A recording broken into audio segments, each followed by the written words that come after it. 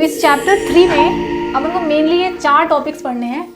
सबसे पहले जो अपन का इंपॉर्टेंट टॉपिक है, यहाँ से 3 मार्क का क्वेश्चन आ सकता है, नेचर ऑफ सोल्यूशन। जो के वाले क्वेश्चंस होते हैं, लैम्डा वाले क्वेश्चंस होते हैं, क्योंकि एक कांस्टेंट निकालना होता है, नेचर ऑफ रूट से रिलेटेड। तो देखिए, अगर हम लीनियर इक्वेशन को सॉल्व करें तो हमारे पास ये 3 मेथड है, substitution method, elimination method and graphical method. Then हमें पढ़ना है वर्ड प्रॉब्लम्स, यानी कि आपको एक वर्ड प्रॉब्लम दी होगी जिसे हमें पहले क्रिएट करना है linear equation and then we have to solve by any of the method.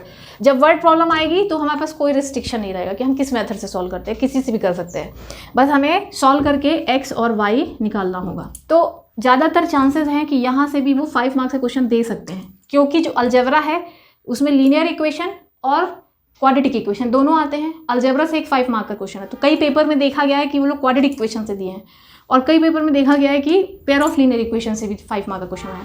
तो अपन ऐसे रेडी रहते हैं कि बड़े क्वेश्चन इसके आ सकते हैं। ऑब्वियसली फिर सब्स्टिट्यूशन मेथड से सॉल्व करो, ऐसा तो 5 मार्क का आएगा नहीं, है ना। तो ये है, इसलिए हमें पढ़ना है क्योंकि हम क्वाड्रेटिक पेयर ऑफ इक्वेशन को डिफरेंट मेथड से सॉल्व कर सकें। और 3 मार्क्स में आ भी सकता है solve by elimination method, solve by substitution method, ऐसा भी आ सकता है। थोड़ा सा कम चांसेस है, बट ऐसा दिया जा सकता है। फिर वर्ड प्रॉब्लम में आपको कोई भी मेथड से आप अप्लाई करके इक्वेशंस को सॉल्व कर सकते हो, ठीक। तो चलिए फर्स्ट टॉपिक की ओर बढ़ते हैं, जल्दी से रिवाइज करते हैं, नेचर ऑफ सॉल्यूशन से रिलेटेड। तो जब भी हमें कोई भी 2 पेयर ऑफ इक्वेशंस दिए हैं, कभी भी 2 लाइंस अगर दी हैं, तो उन लाइन को अगर ग्राफिकली हम बनाएं, अगर उसको ग्राफ बनाएं, तो हमेशा लाइन्स मिलती, 2 लाइन्स मिलती हैं। अब 2 लाइन्स हो सकता है कि इंटरसेक्ट कर रही हूँ आपस में, इंटरसेक्टिंग लाइन्स होंगी। ये किसकी कंडीशन है? इंटरसेक्टिंग लाइन की, intersecting lines. So this is geometrically we can understand कि अगर पहली लाइन का ग्राफ और दूसरी लाइन का ग्राफ जो है दोनों इंटरसेक्ट करें तो इंटरसेक्शन लाइन की कंडीशन है। और अलजेब्रिक कंडीशन है इंटरसेक्टिंग लाइन के लिए a1/a2 not equal to b1/b2। और इसको हम लोग सोल्यूशन में समझेंगे कि ऐसे केस में जो सोल्यूशन होता है वो कैसा होता है? Unique solution. तो ये तीनों चीज़ें एक जैसी हैं। इंटरसेक्टिंग लाइन मतलब ग्राफ बनाए तो लाइन इंटरसेक्ट कर रही होंगी, और जिस पॉइंट पे इंटरसेक्ट कर रही हैं उस पॉइंट का x क्या है और उस पॉइंट का y क्या है, वही है उसका सोल्यूशन। और इसीलिए इसको यूनिक सोल्यूशन, यूनिक सोल्यूशन मतलब सिर्फ एक सोल्यूशन होगा, एक x और एक y। तो what is that x and y? कि जिस पॉइंट में इंटरसेक्ट कर रही है उसका x और y ही सोल्यूशन है। और इस केस को कहते हैं कंसिस्टेंट सोल्यूशन, इसको भी कह सकते हैं, ठीक। तो जब इंटरसेक्टिंग लाइन होगी, इसकी कंडीशन समझ में आई? इसको क्या कहते हैं? Unique solution. और इस सोल्यूशन को कहते हैं कंसिस्टेंट सोल्यूशन, ठीक है। तो जब सोल्यूशन होगा तो हम सब्स्टिट्यूशन एलिमिनेशन मेथड से निकाल सकते हैं। सेकंड कंडीशन में आते हैं, तो ये है फर्स्ट कंडीशन इंटरसेक्टिंग लाइन की। सेकंड कंडीशन होगी कि अगर पहली लाइन का ग्राफ और दूसरी लाइन का ग्राफ एकदम सारे पॉइंट कॉमन हो, तो बेसिकली होता क्या है? सोल्यूशन का मतलब कि 2 लाइन में कितने पॉइंट कॉमन है, या सिर्फ एक पॉइंट कॉमन था तो एक सोल्यूशन था। लेकिन कोइंसिडेंट लाइन का मतलब होता है कि जिस रास्ते से पहली लाइन जा रही है सेम उसी रास्ते से दूसरी लाइन भी जा रही है, यानी कि उनमें एक नहीं बल्कि इनफाइनाइट कॉमन पॉइंट्स हैं। तो इनको क्या कहते हैं? नाम क्या है? Coincident lines. और ऐसे केस में एक नहीं बल्कि कितने सोल्यूशन होते हैं? इनफाइनाइट सोल्यूशन होते हैं। There are infinite many solutions. Infinite many solution का केस है ये, क्योंकि जब एक बार इंटरसेक्ट करा था तो हमने क्या था? Unique solution. तो यहाँ तो कॉमन पॉइंट एक नहीं, इनफाइनाइट है, तो there are infinite many solution, ठीक है। और इस टाइम पे क्या होगी algebraic condition? a1/a2 equals to b1/b2 is equals to c1/c2, सब इक्वल। जब सब इक्वल होंगे तो हम कहेंगे इनफाइनाइट मैनी सोल्यूशन, ठीक। और इस कंडीशन में भी सोल्यूशन को कैसे क्या कहते हैं? कंसिस्टेंट ही कहते हैं। इस समय भी क्या कहते हैं? Consistent solution. यानी कि चाहे सोल्यूशन एक हो चाहे इनफाइनाइट हो, सोल्यूशन अगर है तो वो कंसिस्टेंट कहा जाता है। फाइन, ये 2 कंडीशन समझ में आ गई। नेचर ऑफ सोल्यूशन में तीसरी कंडीशन है, थर्ड कंडीशन है पैरेलल लाइंस की।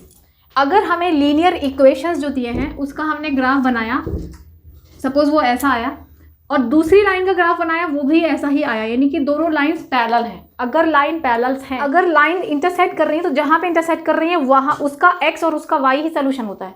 लेकिन हम यहाँ देख सकते हैं कि लाइंस इंटरसेक्ट ही नहीं कर रही हैं, तो इस केस में क्या होता है? No solution. ये नो सोल्यूशन की कंडीशन है।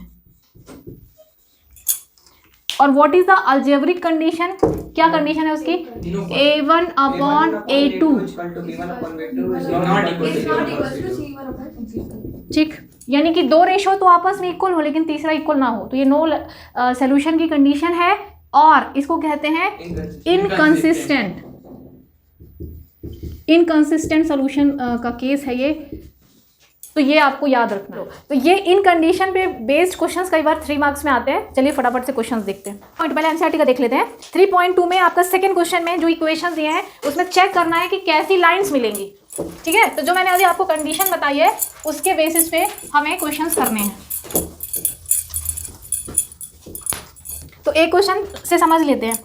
पूछा जा रहा है कि इसमें कंपेयर करिए रेशियो को and find out whether the lines representing the following pair of linear equation are intersecting और पैरेलल और कोइंसिडेंट, ठीक। तो सबसे पहले A1 क्या है, फर्स्ट इक्वेशन में 6, B1 is -3, C1 is 10, A2 is 2, B2 is -1 and C2 is +9, ठीक है। चलिए कंपेयर कर लेते हैं। A1 अपॉन A2 क्या आ रहा है, 6/2 यानी कि 3, B1 अपॉन B2 कितना आ रहा है, -3/-1 यानी कि 3 ही आ रहा है। ये दोनों तो आपस में इक्वल हैं, यूनिक सोल्यूशन नहीं हो सकता, इंटरसेक्टिंग लाइन नहीं हो सकता। क्यों? क्योंकि A1 अपॉन A2 इक्वल हैं। अगर इक्वल हो तो दो ही केस हो सकती है, या तो इनफाइनाइट सोल्यूशन होगा या फिर नो सोल्यूशन होगा। चलिए अब C1/C2 भी कंपेयर करते हैं। तो 10/9 1 upon A2 equals to B1 upon B2 but not equals to C1 upon C2। So solution, अब इकट्ठा सारे नाम लिख देते हैं। अगर लाइन के हिसाब से पूछेंगे तो लाइंस कैसी हैं, पैरेलल लाइंस मिलेंगी। और अगर सोल्यूशन पूछे कोई, नो सोल्यूशन, और साथ में नो सोल्यूशन के केस को क्या भी कहते हैं,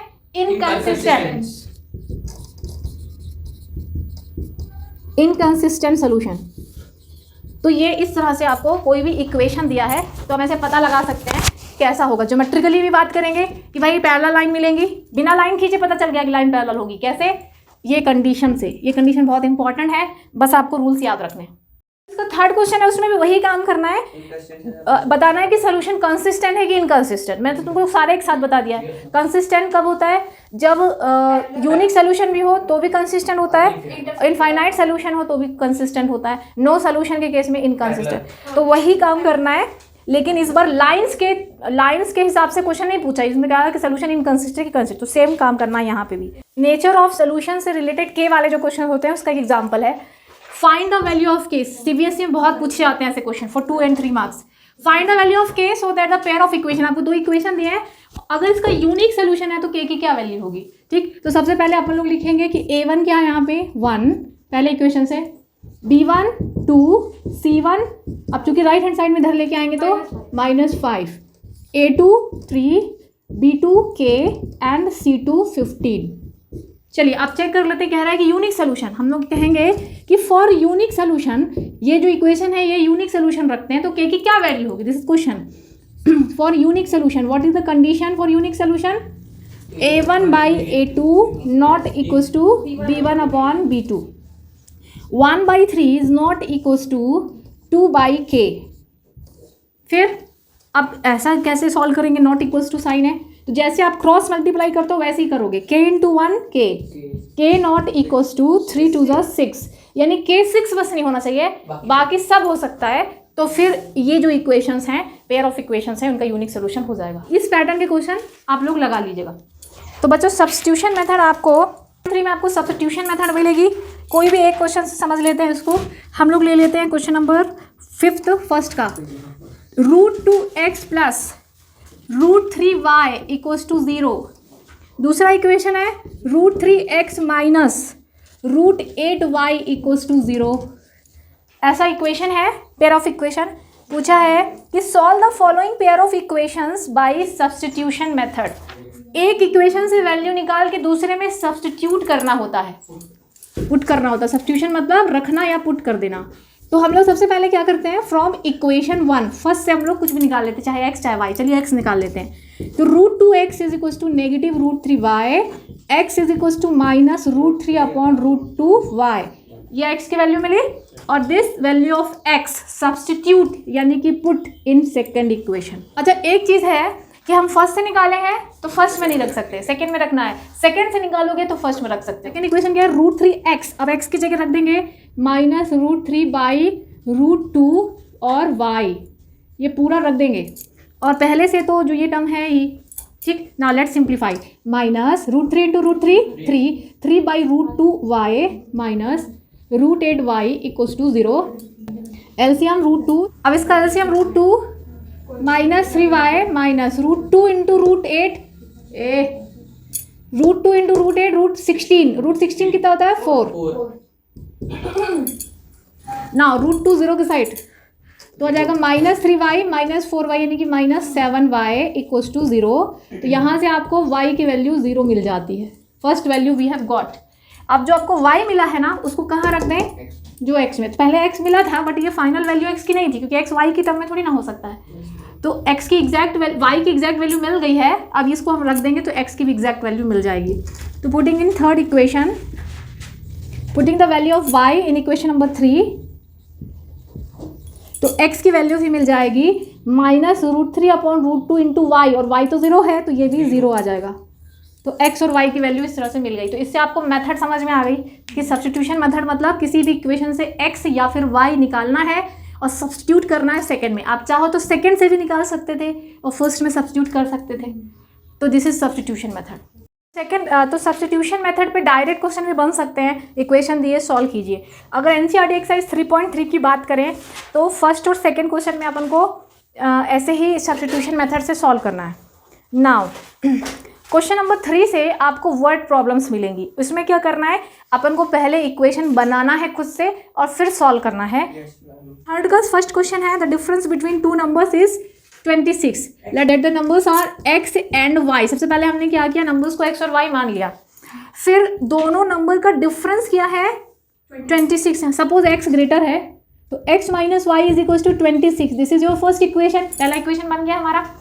अब सेकंड रिलेशन, हर क्वेश्चन में दो नंबर्स के बारे में, दो वेरिएबल्स के बारे में, पेन और पेंसिल का कॉस्ट, चेयर और टेबल का कॉस्ट, कुछ भी ऐसा दो क्वांटिटीज होंगे और उसमें रिलेशन होगा, ठीक है। जब लीनियर इक्वेशन का क्वेश्चन होगा ना तो जैसे कि सम ऑफ टू नंबर्स, ये difference of two numbers, sum of age of father and son, sum की बात होगी। और जब क्वाड्रेटिक इक्वेशन में होगा तो यही चीज़ प्रोडक्ट होगा ताकि इक्वेशन क्वाड्रेटिक बनेगा। बस इतना डिफरेंस है word problem of linear equation and quadratic equations. तो दूसरा रिलेशन क्या है, one number is 3 times the other. तो ऑब्वियसली x को अपन बड़ा माने हैं तो x is 3 times of y, यानी कि x - 3y = 0 is your second equation. अब इक्वेशन मिल गए, सब्स्टिट्यूशन से सॉल्व कर लो। तो x = 3y तो हमको पहले ही मिल चुका था, इसको फर्स्ट में रख लेते हैं। तो फर्स्ट में रख देते हैं तो क्या हो जाएगा, x की जगह 3y - 1y = 26। 3y - y यानी कि 2y = 26, यानी कि y = 13। y की वैल्यू 13 हमें मिल गई है, इसे यहाँ रख देते हैं। तो x = 3 टाइम्स ऑफ y यानी कि 13। तो x = कितना हो जाएगा, this the value of x और ये y।